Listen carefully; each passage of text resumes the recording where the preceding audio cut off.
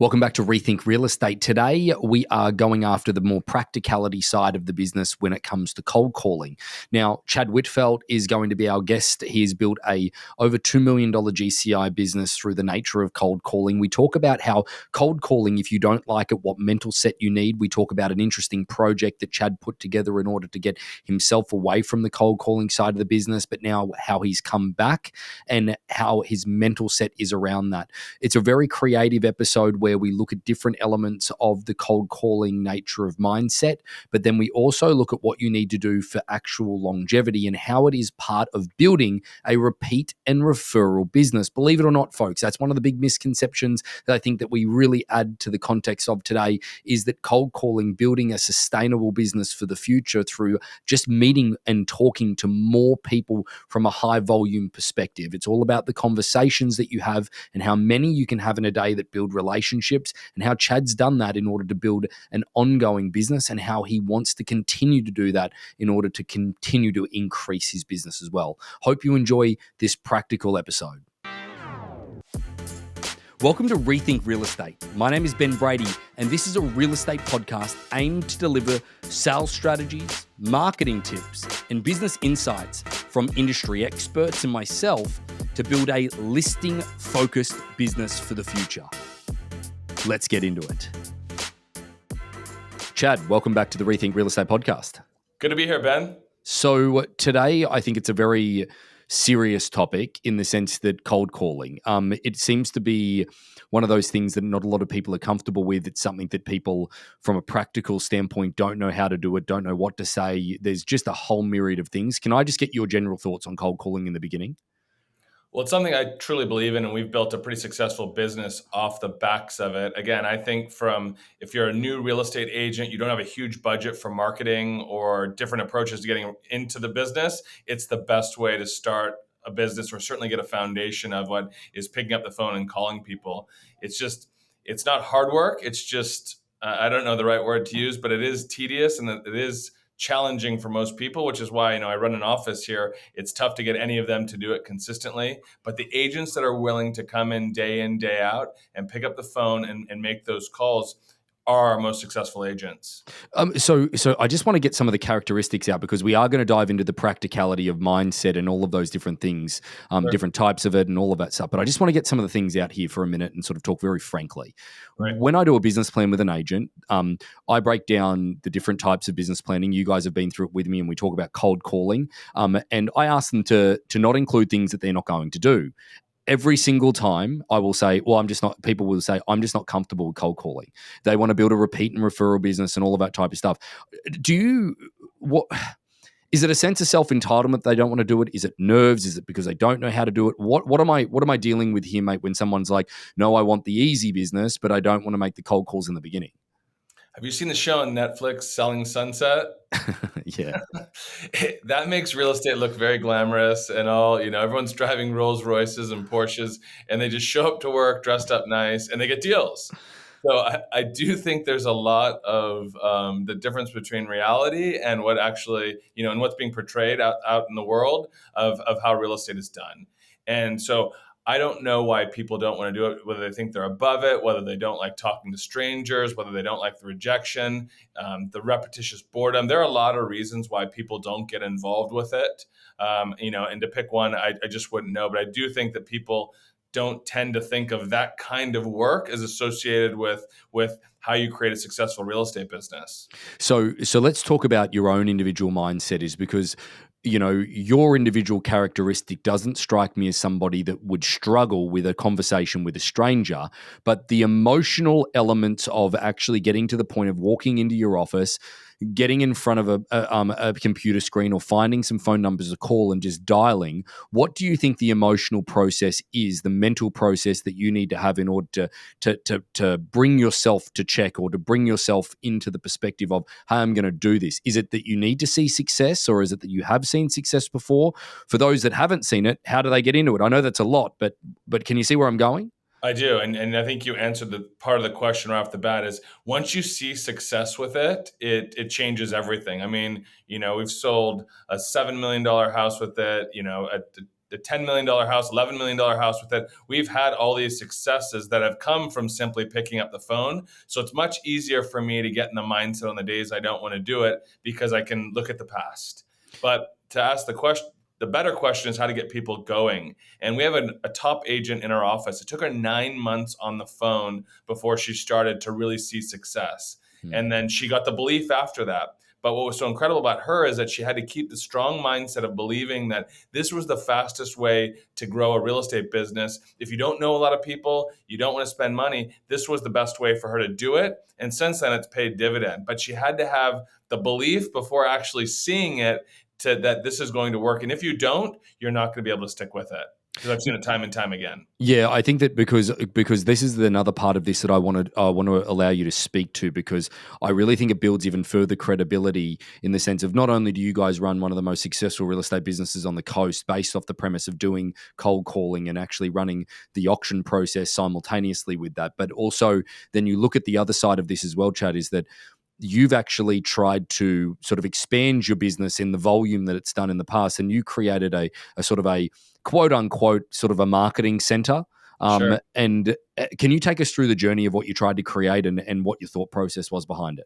Again, I'm a huge believer that this works, Ben. And again, because I've seen it time and time again. So my thought process is, first of all, getting a situation where other agents can learn how to do it, have the accountability to do it, and the day in, day out, we share with them the belief. We're able to train agents, the way that I believe agents should be trained to start the business, and we're able to give back to them. While at the same time, if we can 2, 3, 4, 5x the calls that we're making on a daily basis and the conversations that we're having, it can also grow our business. So we're not only helping people by training them in a way that I believe in, but we're also helping grow our business because it's a numbers game. The more people you talk to, the better opportunities you have in order to sell more real estate. So a new person that's really not really overly experienced in real estate, maybe they haven't been overly successful in real estate, they come to you, you then teach them how to pick up the phone, what to say, how to say it, all of those things. Can you talk to me about the training process? What does somebody have to do before they are allowed to go and make phone calls on their own in what you created? That's a great question. So scripts and dialogues are the first and foremost. I'm not going to get in the details of those, but you have to know what you're going to say before you get on the phone, just so you have the confidence. And it doesn't really matter what you say, to be honest with you, in regards to, but you need to be consistent with it so that you get the same reactions every time. When I say this is how they respond, the 2 or 3 ways, so that you can respond to that. So that every conversation is essentially the same, or there's, the 3 or 4 or 5 objection handlers. Everything that we do is about auction, and we're pitching auction to the public because it gives us a differentiator. So all of our scripts are based around that. So the first thing before anybody gets on the phone is they have to have a pretty good idea of what they're going to say. Then they're confident, and we're confident that they can get on the phone. But I've also met with them extensively, letting them know that this is going to be a journey for them. If they're looking to get rich quick, if they're looking to make something happen very quickly, this is not the process for them. And I think that's one of the biggest misconceptions in real estate is that it's a get rich program. It's really not. It's you got to put in the time and effort. But if you do for 12 or 24 months, like I tell my agents, the amount of money you can make is limitless, but you have to put your time in. But I think that the other part of all of this as well that we probably need to give everybody an understanding or a bit of peace of mind is that nobody wants to get up every day of their life for the rest of their life and make phone calls or cold calls. You're not looking to do that either. Yeah. So therefore, one, you build a team of people that were calling in order to give you some type of reprieve from that. But two is that the reality of building a sustaining business starts with the relationship that you create now. And to be honest, people say go out and do open houses and whatever. That's, yes, one part of it. And that's only 1 day, 2 days, maybe 3 days maximum a week that you can do it. And you're probably limited in the volume of people that you can speak to because it's whoever comes to you.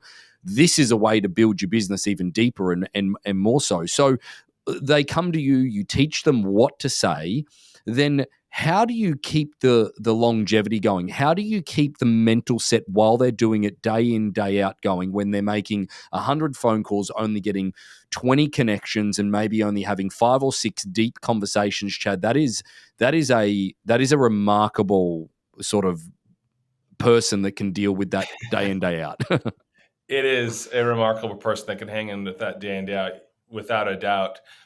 Again, it's a mindset. It's a 100% mindset. And again, a lot of people just don't have it. We churn through about 50% of the people that we bring on there. They've come in with best of intentions, but just couldn't hang. Again, it's the saying. It's easy, but it's not. It's simple, but it's not easy. That's really how I define cold calling. It is very simple, but to get up every day and get back on that phone, for hours at a time, there's nothing easy about that. And I respect the people that do that day in, day out. But if you're trying to build a business, the whole thing about real estate, you can listen to any coach, any trainer, anything that you read. It's about talking to people. You have to be engaged in a lot of conversations during the day. So if you run out of people that you know, and you run out of other opportunities to talk to people, you have to talk to new people. So this is the best way to engage in those conversations, and then turn those conversations into people that are repeat referral down the line, so that 10 years from now, you don't have to be doing this. But it has to start somewhere, and you have to have that belief in order to do so.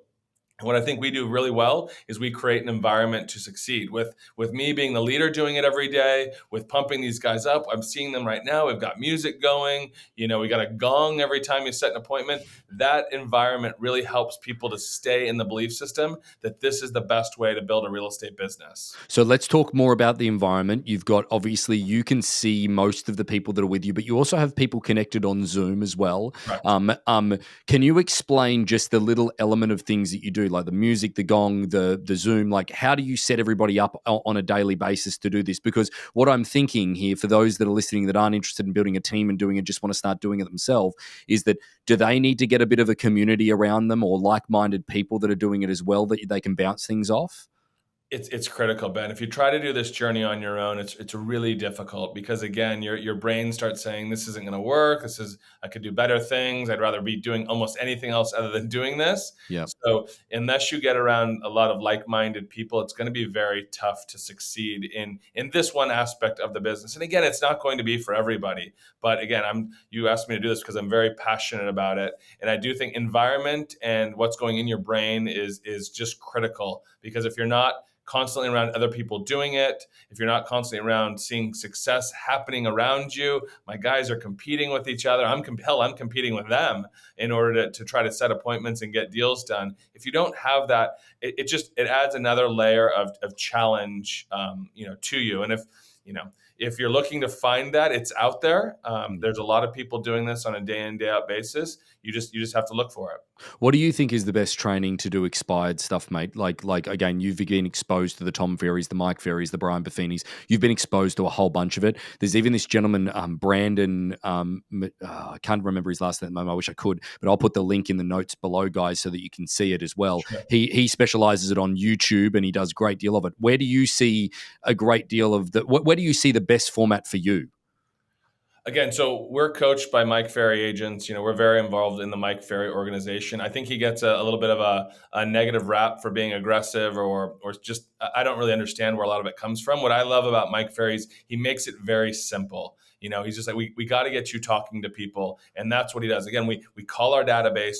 Then once we're through that and we run out of people to call, that's when we move on, because every great business is around a database. Then once we're out of those, which doesn't take very long, then it's on to expireds. And again, he's given us a community of people that do that. And it's more than expireds. It's for sale by owners. It's for rent by owners. It's, calling divorce attorneys or trust attorneys. There's so many different sources you can call. But the Mike Ferry organization has provided a good environment for us before we created our own, with people that are like-minded and are doing the same thing. So again, cold calling or cold prospecting is 110% about mindset. And if you're not able to do that on your own, which, don't feel bad if you're not. I think a lot of people get discouraged because they're not able to do it on their own. You're what I would call normal. So just find an environment where you can succeed. So you can go to different environments like the Mike Ferry organization or any of those. They would have groups of people that you could connect with on Zoom and do those Zoom calls. How do they work, mate? Like how do they work, like the Zoom call environment? Like, do you just put your camera on, leave your speaker on, and then put people on mute when you connect? How does, just from a logistics standpoint, I'm just trying to think about that in my head.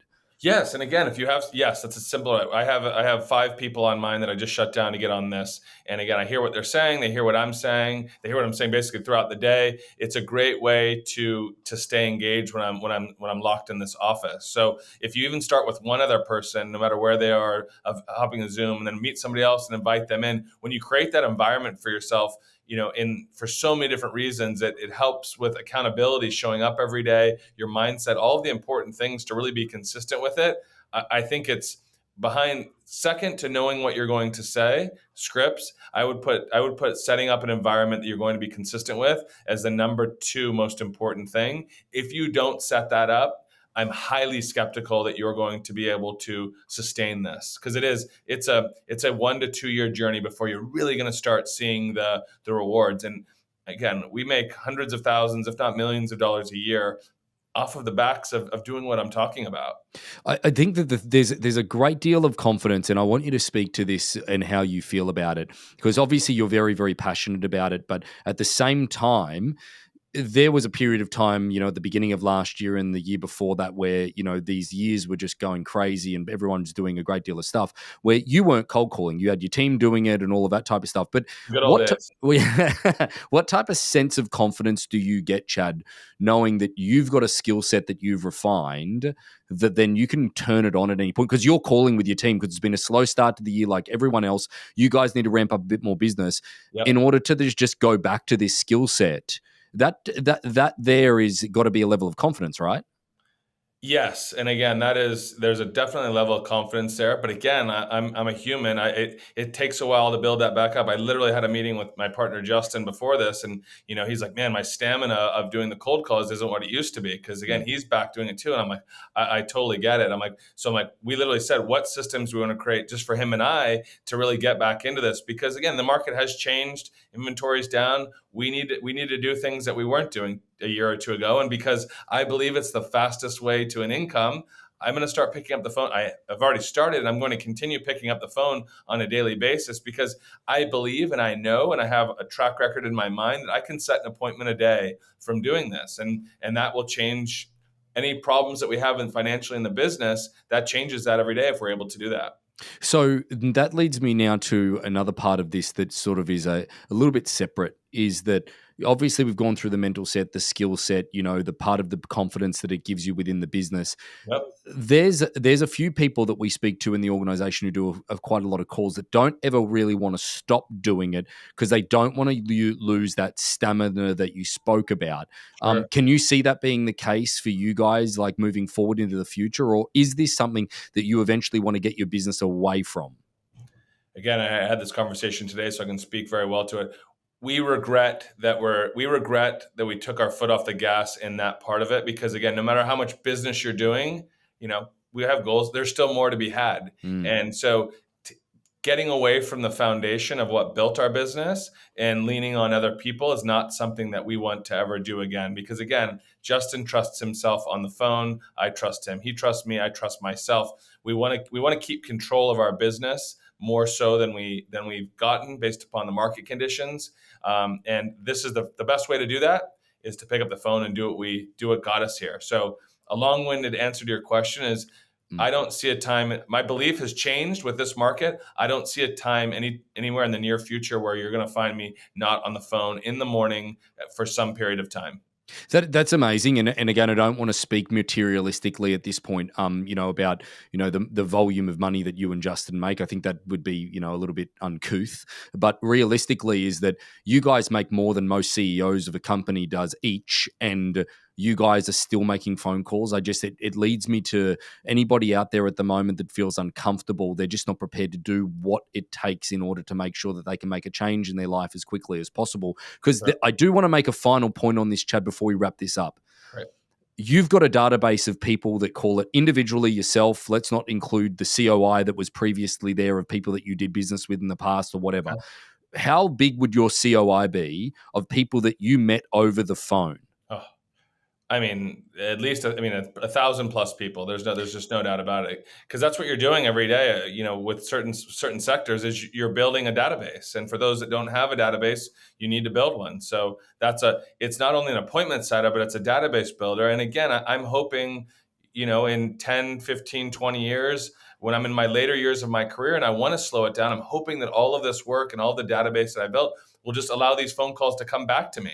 And Yeah. I won't have to or want to do this anymore. But until I get there, until it's happening on an extraordinary basis, I'm staying on the phone. Because I think that there's a part of this as well, Chad, that this is my primary point here, is that you've built a database of 1,000 people that actually would know you because you actually have made several phone calls to these people, and a lot of them you've done deals with them, and now they've become your clients as well from just a cold call that started that. I would go to say that it's a better and way quicker way and a better way to build a relationship with somebody than actually at an open house where you meet them.